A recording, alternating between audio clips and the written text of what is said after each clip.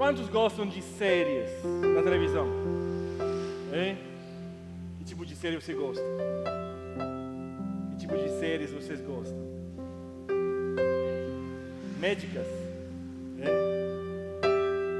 Vocês? Me ajuda aí, estão tímidos. Que tipo de série você gosta? Fatos policial? Eu também. Nós estamos numa série. Uma série de mensagem. Uma série de 6 mensagens. 5. Arrumando a bagunça da minha vida. Já essa terceira semana, são 6 semanas, essa terceira. Na primeira, nós falamos que tem muitas coisas que causam bagunça, né, na nossa vida. Uma das é o sofrimento. Na primeira quinta-feira, Deus tratou conosco a respeito de dor. Tem sofrimentos, tem dores que vêm se repetindo na nossa vida e vêm se lastrando muito tempo e nos esgotaram, nos deixaram sem forças, acabaram com a alegria de muitos de nós. E na quinta-feira passada, retrasada, Deus falou conosco a respeito disso. Semana passada nós falamos que outra coisa bagunça a nossa vida. Alguém lembra? É mais recente.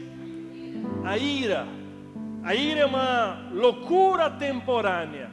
Falamos que por causa da ira, muitas vezes nós fazemos coisas que depois nos arrependemos. Só que, mesmo com o nosso arrependimento, às vezes já está feito. Às vezes o leite já foi derramado, às vezes os ovos já foram quebrados. Eu contei para vocês aquela história dos filhos do apóstolo Ulisses, que esteve aqui conosco, que no momento de ira, 2 irmãos, um matou o outro com uma faca de churrasco. O momento de ira arruína a vida muitas vezes da gente. O versículo-chave dessa série está lá em Colossenses, capítulo 2. Hoje à noite o tema que queremos tratar é um tema específico, é um tema delicado. Por isso eu quero tratá-lo com a Bíblia na mão. Quando você trata algum tema, você, diferente de outros, você tem alguma experiência que você pode contar, ou você pode pegar um texto e lê-lo, mas nessa noite é necessária a base da palavra de Deus, porque é um tema polêmico que nós iremos falar nessa noite. Mas o apóstolo Paulo, falando nos Colossenses, capítulo 2, versículo 5, diz assim: me alegro em ver como vocês estão vivendo em ordem e como está firme a fé que vocês têm em Cristo Jesus. Este é o nosso alvo. O alvo dessa série é para quando alguém olhe para nós, possa dizer: olha, esse homem e essa mulher está vivendo em ordem, está vivendo uma vida equilibrada e firme em Cristo Jesus. Este é o nosso alvo. E nós falamos que existem 2 áreas que precisam trabalhar. Uma é a nossa vida interior, que inclui os nossos pensamentos, os nossos desejos, os nossos sentimentos, as nossas vontades. E outra é a vida exterior, que é a vida nossa na comunidade, a vida no nosso casamento, a vida no trabalho, a vida na igreja, o nosso dia a dia. E tudo precisa ser consertado. Existe bagunça em muitas vidas. E nessa noite, nós iremos ver aí, meia-noite, vai sair, bem, pode ligar uma luz aí para nós? Bem, aí, não, pode ligar essa aqui mesmo que estava, do jeito que estava ligada. Estava ligada. Tá bom. Aí, hoje nós iremos ver que tem algo que bagunça muito a nossa vida. O que você acha que mais bagunça a tua vida? Aliás, vou te fazer uma pergunta. Pensa no cara que está, o teu vizinho de casa. Qual é o problema maior que você tem? Que ele tem, desculpa, né? Qual é o maior problema dos outros? Não é o seu não, é dos outros, né? O que é a bagunça maior na vida dos outros? Em qual área? Gente, estão tímidos. área você acha que está bagunçada na tua vida? Financeira. É os outros, não é a gente não. É os outros. Lembra do holofote? É o vizinho, não é? A vida do vizinho está uma bagunça na área financeira. Mas hoje nós vamos ver que a estabilidade financeira, ela traz bagunça na nossa vida. Aliás, nem precisa ver. Vocês sabem, não é verdade? Que a estabilidade financeira, ela acaba com o clima dentro de casa. A estabilidade financeira, ela traz preocupações ao nosso coração. A estabilidade financeira, ela traz briga entre o casal. A estabilidade financeira, ela traz um monte de problemas que bagunçam a nossa vida.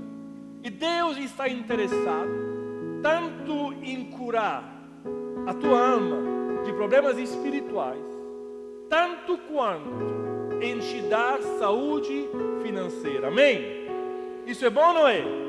O fato que Deus está interessado não somente ao abstrato, mas Ele está interessado também ao prático. O teu Deus é um Deus do dia a dia. Abre aí, livro de Salmos, capítulo 68. Salmos 68.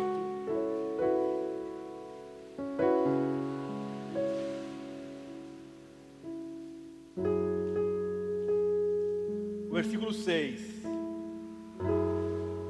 Diz assim: Deus dá um lar a quem? Aos solitários. Que bom, não é? Que bom que Deus olha para o solitário e não o deixa sozinho. A Bíblia diz que Deus dá o lar aos solitários. Deus faz o que logo depois? Liberta os presos. Que bom. Que bom que Deus é um Deus que liberta. Para que Deus liberta? Para a prosperidade. Mas os rebeldes vivem em terra árida. A Bíblia é clara, a Bíblia é profunda, a Bíblia é sincera, a Bíblia é verdadeira. E mesmo que haja uma confusão sobre prosperidade no mundo evangélico, mesmo se haja uma confusão, um escândalo e um testemunho ruim no mundo evangélico por causa de dinheiro, por causa de roubalheira, por causa de falsa pregação, a Bíblia diz que um dos propósitos de Deus é libertar os que estão presos para quê? Para a prosperidade. A prosperidade é algo bíblico. A prosperidade é algo de Deus. A prosperidade e a bênção de Deus sobre a vida do ser humano. A prosperidade é o favor de Deus sobre a vida dos filhos dele. Deus não deseja que nenhum dos filhos dele seja miserável. Deus não deseja que nenhum dos filhos dele viva em pobreza. Deus não quer que nenhum dos filhos dele passe necessidades. Deus não deseja que nenhum dos filhos deles possa ser envergonhado por causa de dinheiro. Prosperidade é ter aquilo que a nossa vida necessita. Prosperidade é poder viver uma vida digna. Muitas vezes há uma falsa ideia da prosperidade. Achamos que para ser próspero, e é próspero somente aquele que está encharcado de dinheiro, né? Que tem dinheiro onde não mais sabe onde deve colocá-lo. Mas na verdade, prosperidade é muito mais profundo do que ter muito dinheiro. Prosperidade, ele envolve um status. Prosperidade, ele envolve a nossa vida como toda, seja alma, seja corpo, seja espírito, seja economias. É um conjunto que Deus deseja nos dar. é um pacote que Deus tem para a nossa vida, para que nós possamos viver aquilo que Deus tem para nós. E se você for rápido no gatilho, pode acompanhar comigo, senão você pode escrever as referências ou depois assistir pelo YouTube para você conferir todos os versículos. O apóstolo Paulo, escrevendo aos 2 Coríntios, capítulo 8, o versículo 9, diz assim: pois vocês conhecem a graça do nosso Senhor Jesus Cristo. O que vocês conhecem? A graça. A graça de Deus é boa ou não? E muitas vezes nós achamos: Senhor, obrigado pela tua graça, porque eu era pecador e por meio da tua graça eu não fui castigado. Obrigado pela tua graça, o Senhor me abençoou. E nós achamos que a graça é e seja somente algo de espiritual. Mas a Bíblia diz que esse Jesus Cristo, sendo rico, se fez pobre por amor de vocês, para que por meio da sua pobreza vocês se tornassem ricos.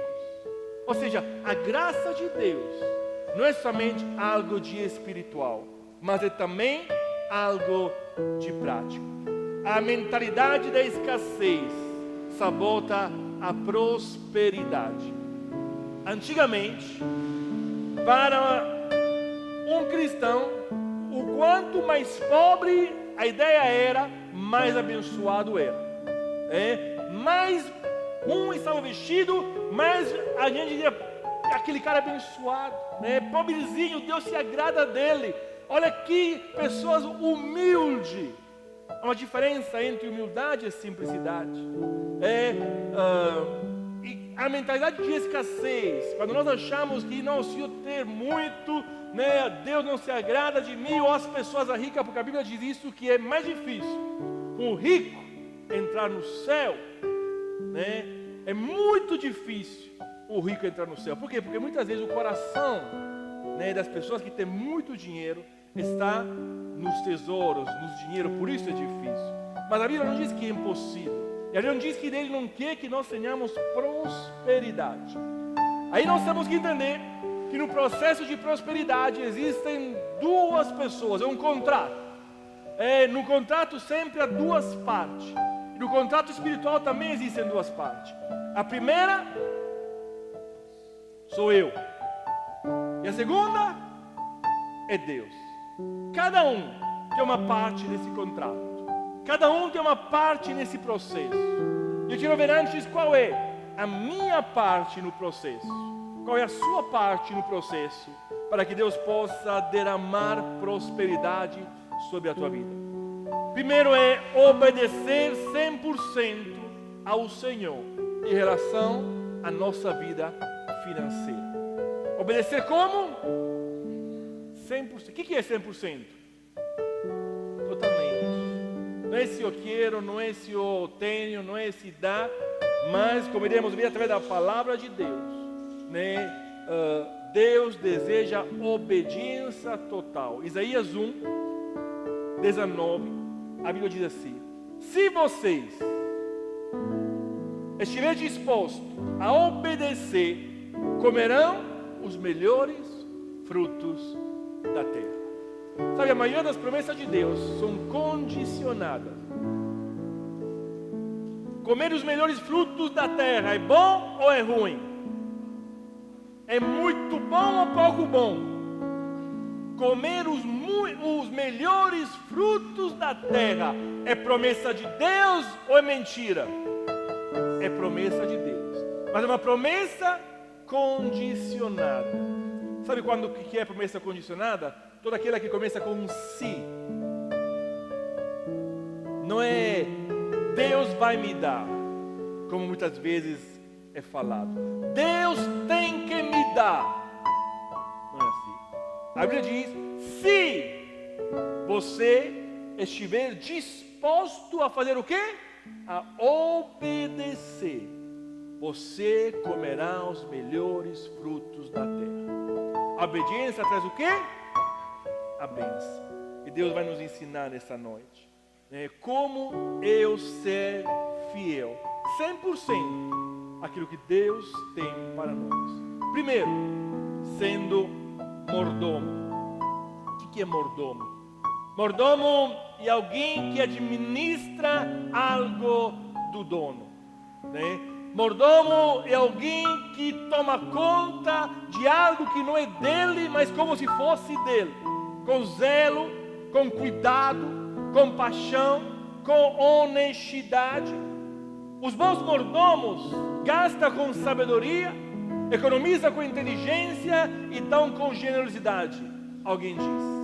Nós precisamos entender que aquilo que eu tenho nessa vida, alguém já disse, nada eu levarei para o além. Não é verdade? Um dos imperadores mais famosos, quando há pouco antes de morrer, disse: faça o meu caixão com 4 buracos, né?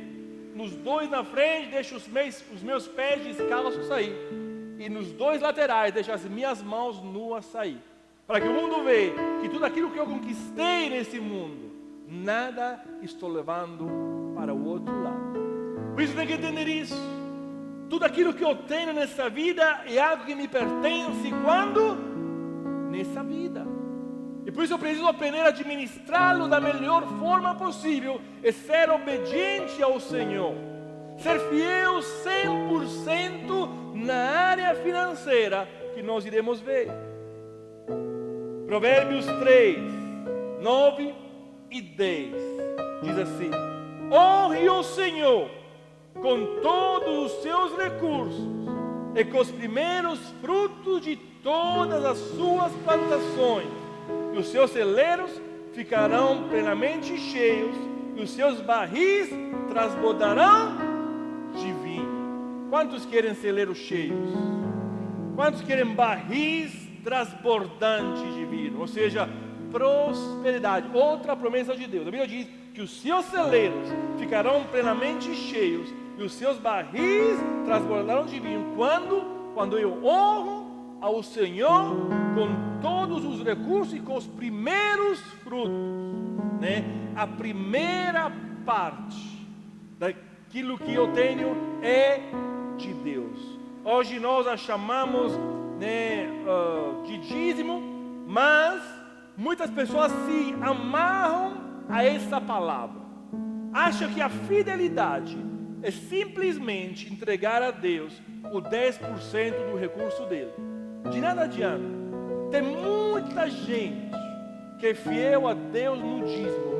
Muita gente. Mas sabe por que faz isso? Porque é moeda de troca.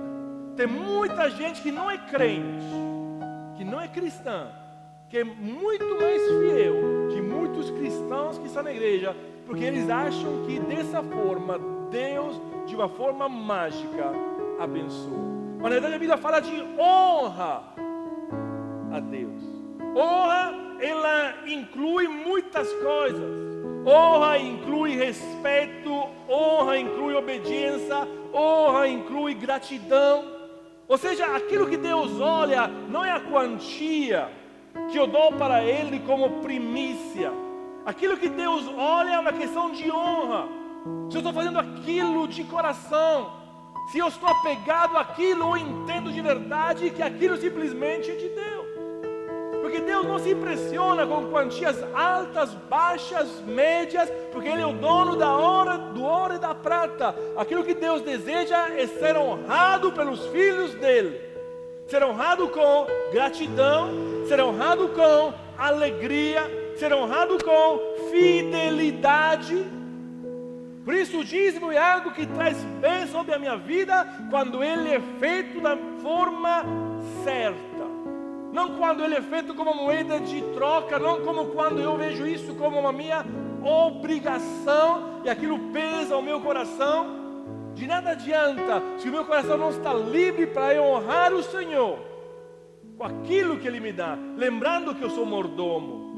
Lembrando que de Deus, na verdade, não é o 10%, mas de Deus é o 100%. Ele me dá simplesmente para eu administrar. E eu dar conta a Ele um dia de tudo aquilo que eu fiz com o dinheiro. Por isso, o dízimo é o primeiro princípio para que a prosperidade, conforme a palavra de Deus, seja real, verdadeira e viva na minha vida. que eu falei um pouquinho polêmico o tema. Porque quando você trata de alma, todos nós queremos receber, não é verdade? Mas quando mexe aqui, aí complica. Famílias se separam por causa de dinheiro. Filhos brigam com pais por causa de herança. Irmãos com irmãos por causa de notas de papel. Já pensou que poder que tem uma carteira? Já pensou que poder que tem um papel? Já pensou como esse amor nos atrai? Por isso a Bíblia diz que é muito difícil que o rico vá no céu, porque o coração se apaixona por aquilo. É uma das coisas mais sujas que existe no mundo. Um dos maiores contaminantes para as doenças é o dinheiro, porque passa de mãos em mãos. Se alguém está doente, toca o dinheiro e passa para alguém, aquela doença pode ser espalhada. Um dos maiores contaminantes também por esse vírus que nós estamos vivendo é a troca de dinheiro. É algo de sujo, mas mesmo assim tão importante para a vida de muitos, que mata a vida de muitos, que move o mundo. Corrupção é por causa de dinheiro. Tráfico de drogas é por causa de dinheiro. Todo tipo de males são por causa de dinheiro. Até as doenças são por causa de dinheiro. Quantas doenças que se sabe que já está descoberto como curar ela, mas por causa de dinheiro não se solta a resposta, porque senão se perdem milhões em remédios, se perde milhões em indústria farmacêutica, carros que poderia andar com eletricidade, trazendo o alívio para o bolso de muita gente, já existem há muito tempo, mas porque não são soltos no mercado? Por causa de dinheiro, porque os governos têm que ganhar sobre alguma coisa. Por isso, quando eu não honro o Senhor, eu estou honrando o dinheiro, estou honrando aquilo que é sujo.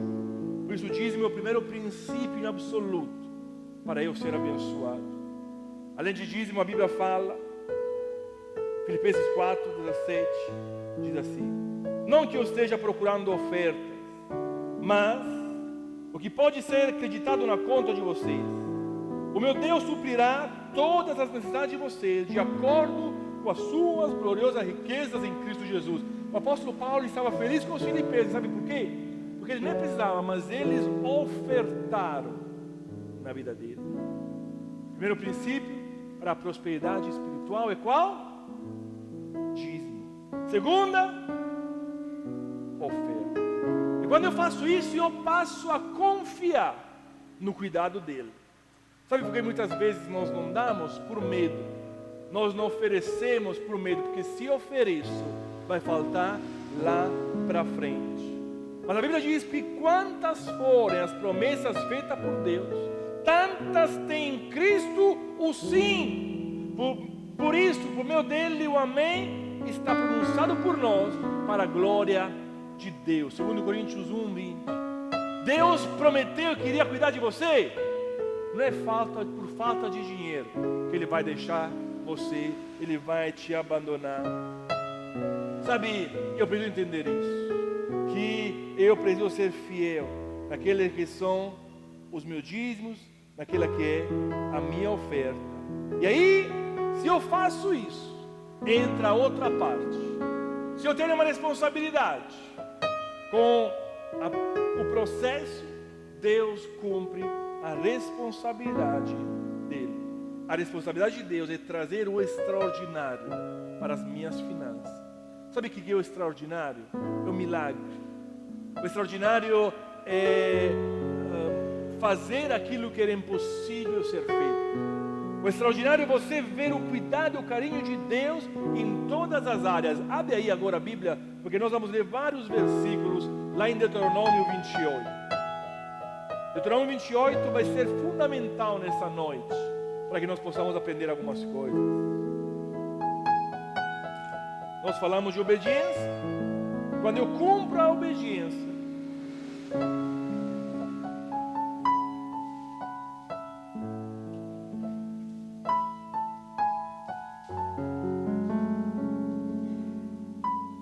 como que é o contrato? Tem duas figuras, não é? No contrato de aluguel, por exemplo, locatário e locator. No outro contrato de compra-venda, comprador e vendedor, né? Fiador. Mas muitas vezes as cláusulas, né, do locador, as cláusulas do vendedor são maiores, né, do que quem compra, são maiores de quem está alugando, são mais, né? O vendedor tem algumas poucas obrigações, né? Os donos da casa, os donos do negócio, ele tem mais obrigações, né? Porque a responsabilidade deles é maior. O locatário, por exemplo, tem a responsabilidade de pagar aluguel e devolver do jeito que está na casa. O locatário, ele deve preservar aquela casa. Se quebra alguma coisa da estrutura, ele tem que garantir, né, muitas coisas no contrato. E assim Deus faz. Deuteronômio 28:3, depois de falar de obediência, diz assim: vocês serão abençoados na cidade e serão abençoados no campo. Qual é o compromisso de Deus? Aquele de te abençoar. Se você tem o compromisso de ser fiel, Deus, Ele se compromete com a tua vida a te abençoar em todas as coisas que você irá fazer. Creia que Deus vai fazer com você algo de extraordinário. Quando eu sou fiel a Ele, quer ver o que Ele faz comigo? Primeiro, prospera aqueles que estão debaixo da minha influência. Olha só, Deus não tem bênção somente para a minha vida, mas aqueles que estão ao meu redor, eles são abençoados de carona. Deuteronômio 28, versículo 4 diz assim: os filhos dos teus ventres serão abençoados. Sabe qual que é essa? E a bênção superabundante. Já ouviram isso? Ele tem para você uma medida sacudida, abundante e transbordante. O que é transbordante? Que transborda, que vai além, que não se contém, é demais. Não é algo limitado, não é algo de pouco, não é algo medido, mas a palavra de Deus diz que as bênçãos de Deus, ela se estende também às pessoas que estão debaixo da minha influência, em volta de mim, ao meu redor. Os filhos do seu ventre também vai ser abençoado. Não é só você, mas também aquilo que Deus te dá em volta. Seja fiel até o fim. Porque sabe, na vida cristã, como se termina é muito mais importante do como se começa. Muitas vezes nós começamos bem, começamos com aquela fidelidade, com aquela empolgação e paramos no tempo. A sua fidelidade também dará continuidade, a bênção do Senhor para as futuras gerações. Deus quer te usar para você ser um reprodutor de bênção. E aí, quando eu sou abençoado por Deus, sabe qual é a bênção de Deus? Não é algo de momentâneo.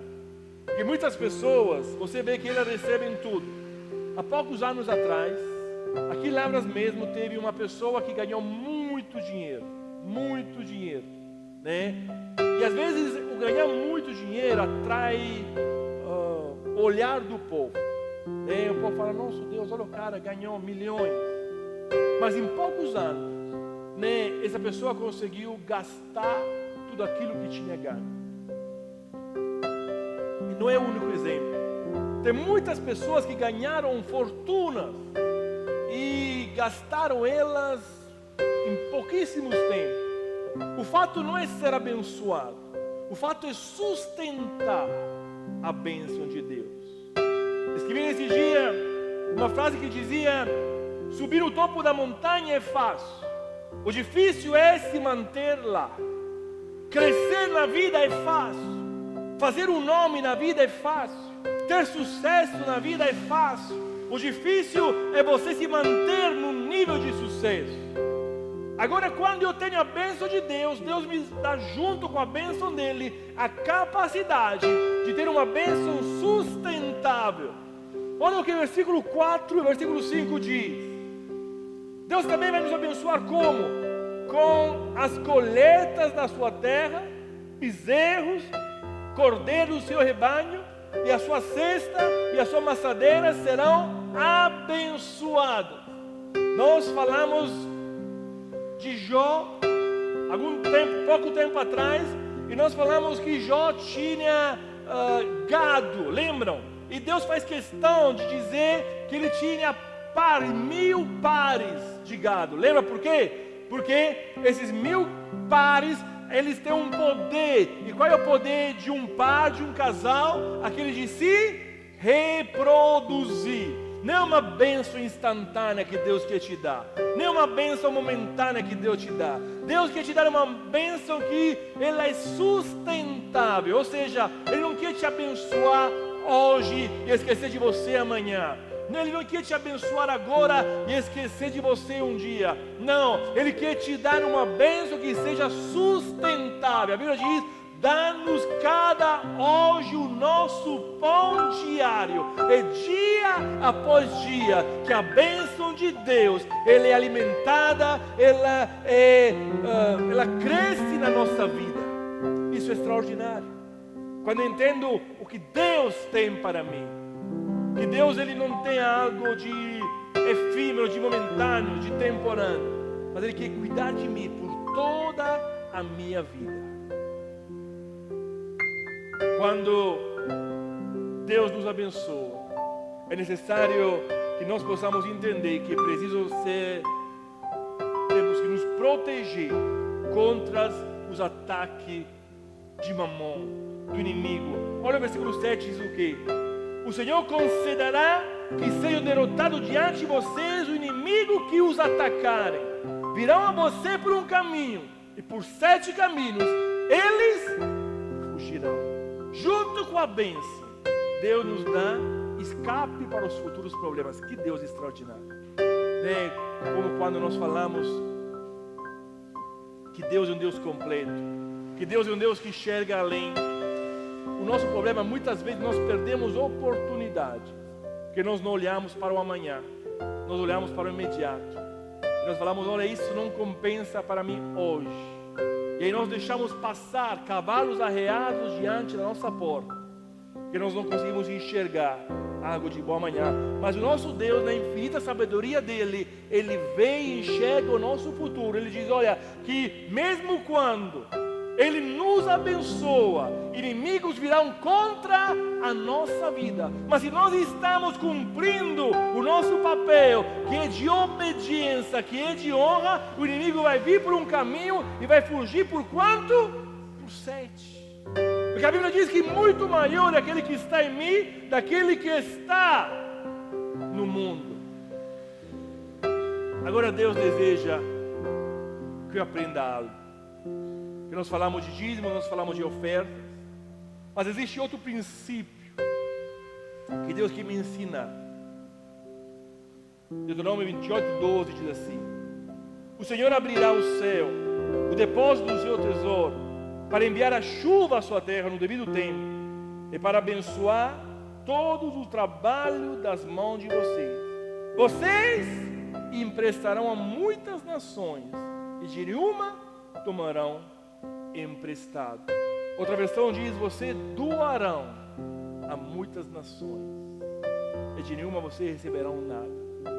Um princípio extraordinário para ter vidas abençoadas é ser um doador, ser uma pessoa generosa, ser uma pessoa que não olha simplesmente a ele mesmo. Quando você doa, você se parece mais com seu Pai Celestial. Porque a Bíblia diz que Ele amou o mundo de tal maneira que doou o seu único Filho. Deus é um Deus doador. Deus é um Deus que não é avarento. Deus é um Deus que não segura os próprios bens. A Bíblia diz isso. se Ele não poupou o próprio Filho, não vos dará também tudo aquilo que vocês precisam?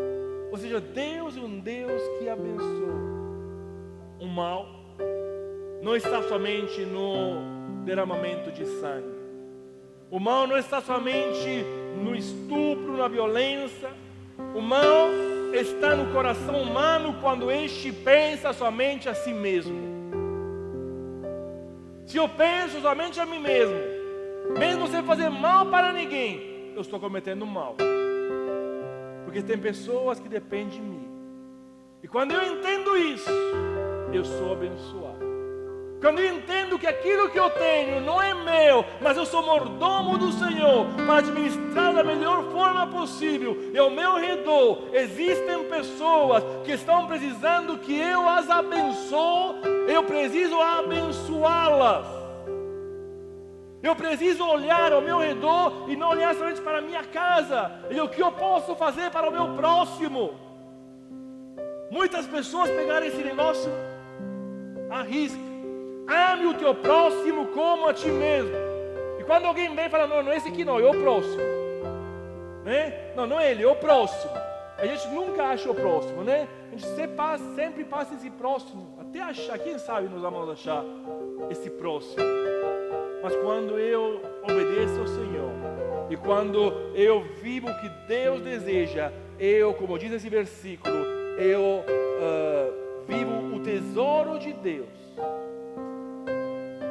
Quando eu vivo debaixo da bênção do Senhor, e quando Deus prospera a minha vida, Ele faz sim que eu possa aumentar o meu protagonismo, a minha liderança e o meu legado.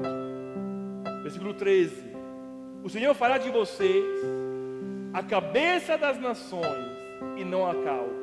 Mais uma vez, se obedeceram aos mandamentos do Senhor, o seu Deus, que hoje lhe dou, e o seguirem cuidadosamente, vocês sempre estarão por cima e nunca por baixo. Quando eu obedeço, Deus me dá honra. Estamos falando de obediência e de troca.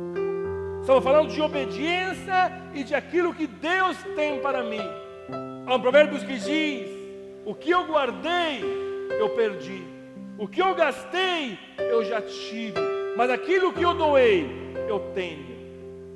Quando eu entendo que a minha vida é muito mais do que eu estou vivendo em todas as áreas, eu passo a ser protagonista de verdade da minha vida. Eu passo a ser protagonista de verdade daquilo que Deus tem para mim. A Bíblia é um livro especial, não é não? Quantos acreditam que esse livro é a palavra de Deus? Esse livro, quantos acreditam que crer é de Deus? Crer é de Deus. Quem acredita que crer é de Deus? Esse livro, a palavra crer, o verbo crer, é usado 270 vezes. Depois você pega uma concordância bíblica e confere isso, né? 270 vezes é usada a palavra, o verbo crer. É importante ou não? O verbo orar. Orar é importante ou não é importante? É importante ou não para um cristão? É usado 371 vezes. O que é a coisa mais importante desse mundo? O apóstolo Paulo fala: se eu tivesse as línguas, se eu falasse as línguas, lembra o que ele fala? Se eu fosse muito bom, mas eu não tivesse amor, eu não seria nada. O amor é a coisa mais importante desse mundo ou não é? Conforme a Bíblia diz, que Deus é amor. E a palavra amor é usada 714 vezes na Bíblia. Mas tem uma palavra que é usada 2162 vezes. Sabe qual é? Dar. O verbo dar é usado mais do que crer, mais do que orar, mais do que amar. Aliás, quer ver? 270, 370, 570, 640, 14, 1400. Os três verbos importantíssimos, crer, amar e orar, não chegam nem um terço de dar. Você quer ser abençoado? Viva uma vida diferente. Dar não é só dinheiro. Dar é dar o seu tempo, é dar a sua atenção, é dar o seu carinho, é dar o seu amor, é dar aquilo que as pessoas estão precisando. Nisso conhecemos o que é o amor. Jesus Cristo deu a sua vida por nós, e assim nós devemos fazer o quê? Dar a nossa vida para os nossos irmãos. Tem bênçãos de Deus sacudidas, tem bênçãos de Deus abundantes, tem bênçãos de Deus transbordantes para a tua vida. Quando você aprende princípios bíblicos, quando eu dou a minha vida para os meus irmãos, quando eu paro de viver uma vida egoísta, quando eu paro de viver uma vida baseada somente naquilo que é a minha vontade e a minha visão. Quando eu vivo tudo isso, Deus me deixa viver promessas extraordinárias. Você pode ler depois em casa esse livro de Deuteronômio 28. É um monte de promessas extraordinárias que Deus tem para nós, simplesmente baseadas na nossa obediência. Quando eu obedeço, Deus derrama a bênção do céu. Eu irei adiante de você, aplanarei montes, derrubarei portas de bronze e romperei tranca de ferro. Darei a vocês os tesouros das trevas, riquezas armazenadas em lugares secretos, para que vocês saibam que eu sou o Senhor, o Deus de Israel, que o convoca pelo nome. Isaías 45, 2, 3. Deus, Ele promete de te abençoar quando você simplesmente obedece a Ele. Existe bagunça na vida financeira de muita gente, simplesmente por causa de princípios errados, de amores errados, de paixões erradas, de prioridades erradas. Porque se é verdade que Deus tem prosperidade para nós, Ele diz: buscar em primeiro lugar a prosperidade, buscar em primeiro lugar o reino dEle, a sua justiça, e todas as outras coisas que serão acrescentadas. Todas as outras coisas incluem a prosperidade. Deus deseja sarar a tua vida em todas as áreas. Deus deseja sarar a tua vida em todas as fases, em todas as partes. Mas é necessário tomar uma postura diante da palavra de Deus, escolher obedecer. Diante da palavra de Deus, escolher ajustar a minha visão, os meus pensamentos, aqueles que são os pensamentos da palavra de Deus. E eu viver uma vida de fidelidade, fidelidade no dízimo, nas ofertas, mas fidelidade também na doação, no dar para os outros. Não viver uma vida egoísta, entender que eu sou mordomo, nada me pertence, inclusive a minha vida. Que a minha vida, o meu corpo, ele fica aqui. A única coisa que eu sou dono dela, e eu vou viver com ele eternamente, e a minha alma. A única coisa que você tem é a alma, que é sua, é a alma. O resto, o espírito volta para Deus, o corpo vai para o chão, a alma é você. Os bens, se tiver, vão para quem fica, se não tiver, vai para ninguém mesmo. Mas o que Deus deseja é consertar a bagunça que está na tua vida hoje, para que você viva de uma forma feliz, de uma forma na qual você pode descansar no Senhor. Como é bom descansar no Senhor. Como é bom não viver apavorado, não viver assustado, não viver com medo do que será o meu amanhã, porque o meu amanhã está nas mãos de Deus. Você pode declarar isso nessa noite? O meu amanhã está na mão de Deus. Você pode declarar nessa noite: eu estou feliz porque Deus cuida de mim, porque eu sou uma pessoa obediente a Ele. Ele me deixa, não me abandona, porque Ele é fiel. minha oração para os meus irmãos, as minhas irmãs, é que o Senhor possa nos fortalecer. Que o Senhor possa, Pai, trazer em nós obediência, para que nós possamos viver, Pai, tempos melhores em todas as áreas, para que nós possamos viver, Pai, vidas melhores também na parte financeira. Eu te oro, Senhor, para cada meu irmão, cada minha irmã que está passando dificuldade, cada um que está desempregado, Senhor, cada um que está atolado de dívida, Pai, traz para ele luz, traz para ele solução, traz para ele, Pai, fonte de renda, para que nós possamos, Pai, ser felizes em saber que temos um Pai que cuida de nós. Eu abençoo a tua igreja. Eu, Pai, declaro e profetizo prosperidade sobre cada um dos teus filhos, e cada um possa viver o melhor tempo de Deus nessa área, e que esse tempo possa se estender até o fim da vida terrena da gente. Abençoa-nos, Jesus. Esteja conosco no teu santo nome. Amém? Amém. Que Deus te abençoe.